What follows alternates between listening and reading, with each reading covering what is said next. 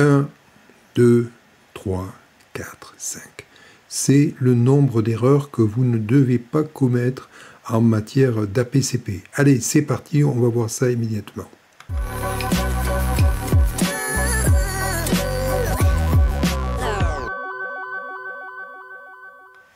Alors oui, ces genres d'erreurs, c'est quelque chose qu'on va commettre d'une façon ou d'une autre lorsqu'on va appliquer justement cette technique des APCP. Alors je sais que vous ne voulez pas y tomber, justement c'est l'occasion de voir rapidement quelles sont ces erreurs. Allez, je vais commencer avec la première erreur qui vous pend au nez. Je veux parler de l'absence, notamment de la PPI. C'est quoi cet animal?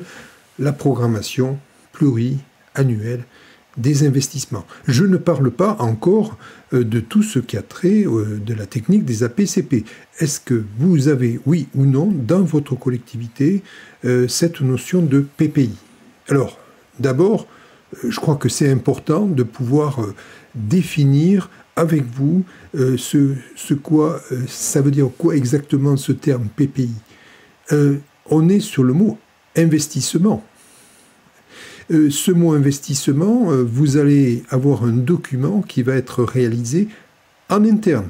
Ce n'est pas, tout d'abord, un travail qui va être réalisé par les élus. Oui, bien sûr, il y a un programme électoral sur lequel la collectivité va se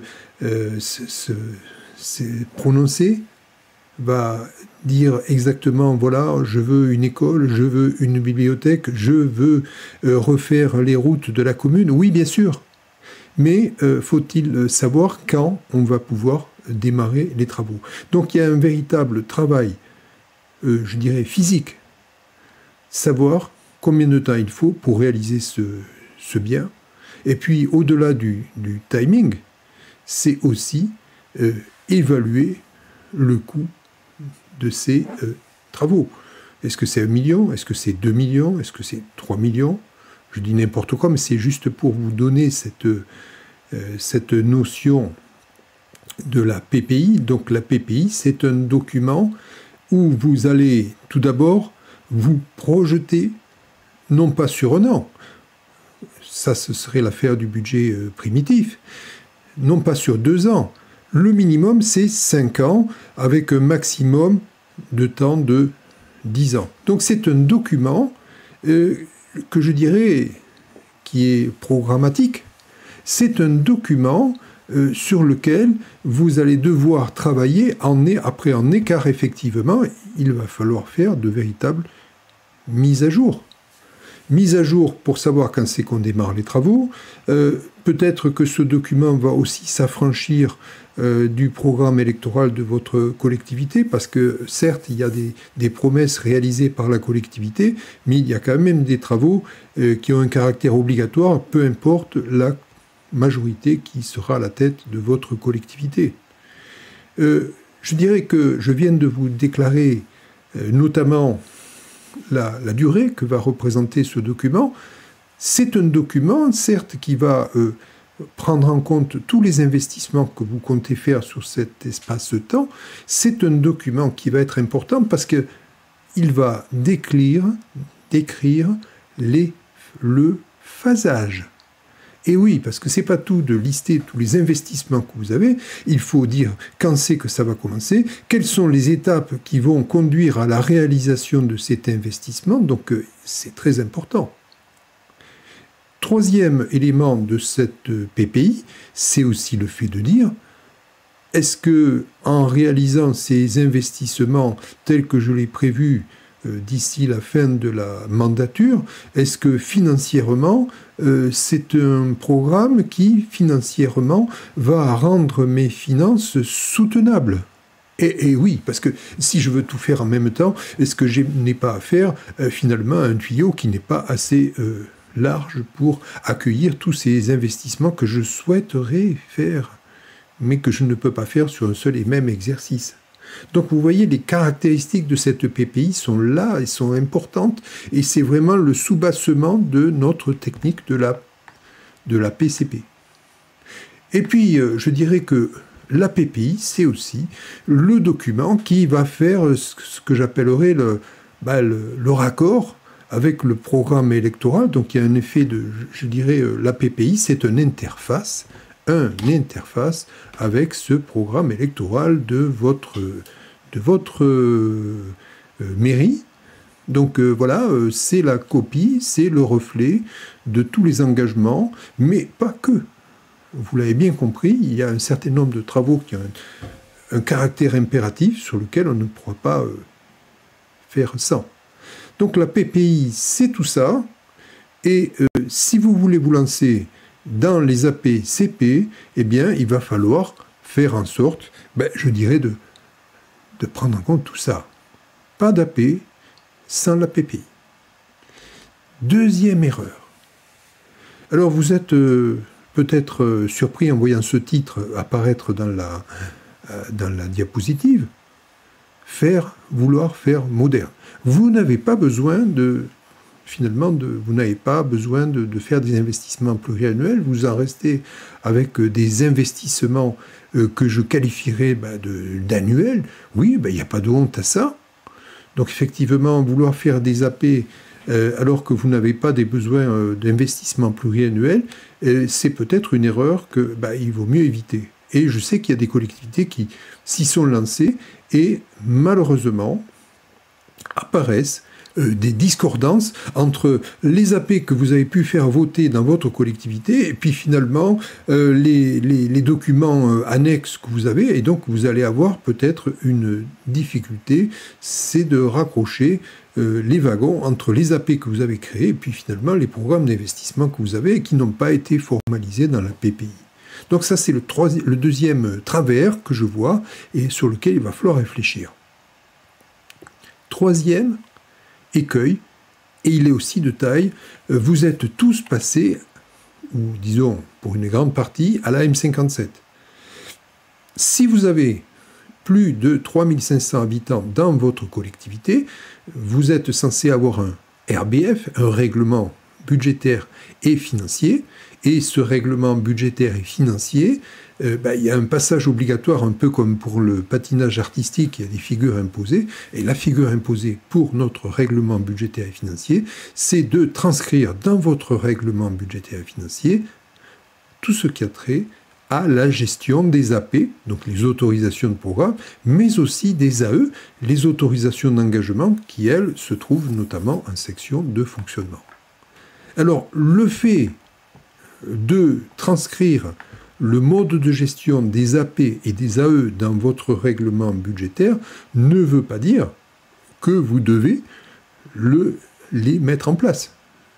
Ce n'est que si, d'aventure, votre collectivité devait un jour faire la bascule vers la gestion des AP, eh bien, vous avez, je dirais, outre l'obligation de le transcrire dans le règlement budgétaire et financier, eh bien, vous avez déjà ce que j'appellerais effeuiller la fleur. Vous avez déjà prévu un certain nombre de modalités. Alors, ok, vous avez prévu, comme le demande la M57, un certain nombre de points. Quand créer une AP? Quand la modifier? Quand éventuellement la clôturer? Je dirais qu'il y a le quand, oui bien sûr, mais il y a aussi le qui.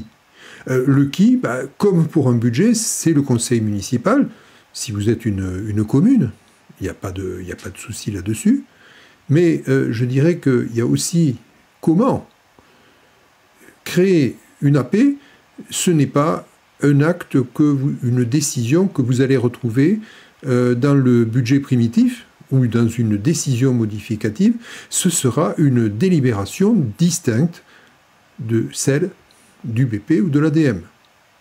Donc, le jour de la séance du conseil municipal, vous n'aurez pas une délibération, mais 2 délibérations, à tout le moins, si vous gérez des AP.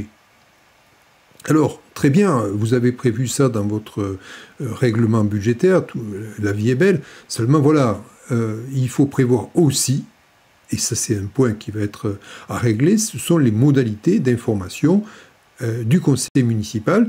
Est-ce que vous le faites à chaque fois qu'il y a une séance du conseil municipal, une séance budgétaire du conseil municipal, ou est-ce qu'éventuellement vous réservez cette information en bout de gestion à l'occasion de l'examen du compte financier unique?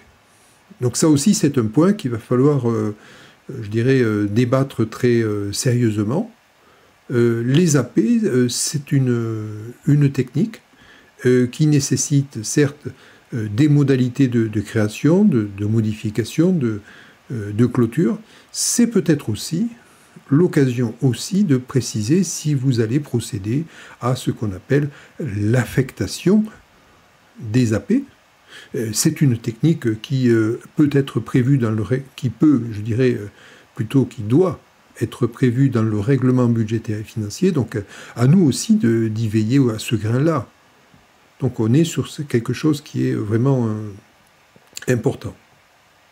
Alors je vais arriver à la quatrième erreur que vous faites, c'est l'absence de caducité. Alors ça doit être aussi prévu quelque part dans le règlement budgétaire, mais je ne saurais trop citer des collectivités qui se trimballent des AP pendant 20 ans. Il reste 1 000 € sur cette AP et à aucun moment la collectivité ne trouve le moyen de dire « bon ben voilà », on va faire le ménage.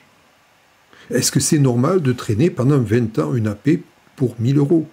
On peut se poser la question sur l'activisme de la collectivité à ne pas dire à un moment donné, voilà, il faut faire le ménage. Je dirais que vous devez avoir, comment dire, lorsque vous traitez des AP, une vision sur les crédits ouverts, les crédits de paiement qui vont avec l'autorisation de programme.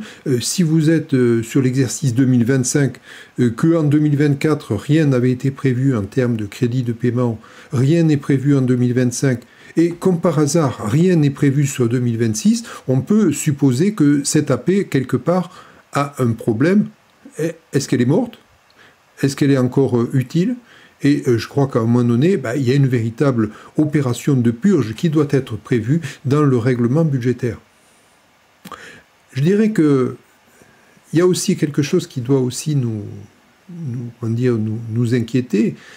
C'est, certes, il y a l'absence de caducité, je pourrais même rajouter un autre élément aussi qui fait erreur, c'est le fait de dire, c'est de rajouter dans le règlement, dans un document autre que le règlement budgétaire et financier, des dispositions qui viendraient en plus de ce qui est prévu par le RBF. C'est une erreur. Donc si vous appliquez les AP, n'appliquez que les règles du RBF et pas autre chose. Ça aussi, c'est une erreur que je retrouve souvent auprès des collectivités. Alors, je vais en arriver à la 5e erreur, et ça aussi, c'est un problème qu'on retrouve dans la gestion de nos AP, c'est en définitive avoir quand même des mauvais taux d'exécution des crédits qui sont placés en AP. Alors, pourquoi ça ? C'est quand même quelque chose qui est aberrant. Vous avez la possibilité de faire un véritable lissage des crédits de paiement qui sont insérés dans l'AP, lissage d'un exercice vers un autre, sans pour autant tout modifier votre budget.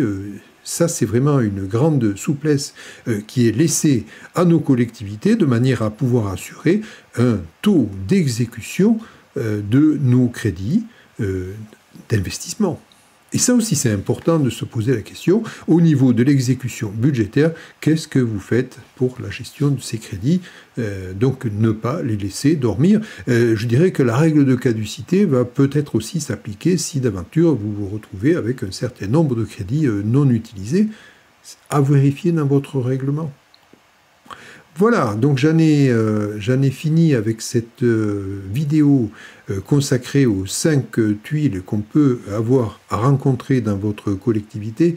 Je serai très heureux de vous retrouver parmi mes réseaux, donc que ce soit sur X ou que ce soit sur LinkedIn, ou même mieux, même sur ma chaîne WhatsApp que je viens de créer. Donc si vous êtes parmi les personnes intéressées, n'hésitez pas à vous inscrire, ou même mieux, sur la chaîne YouTube.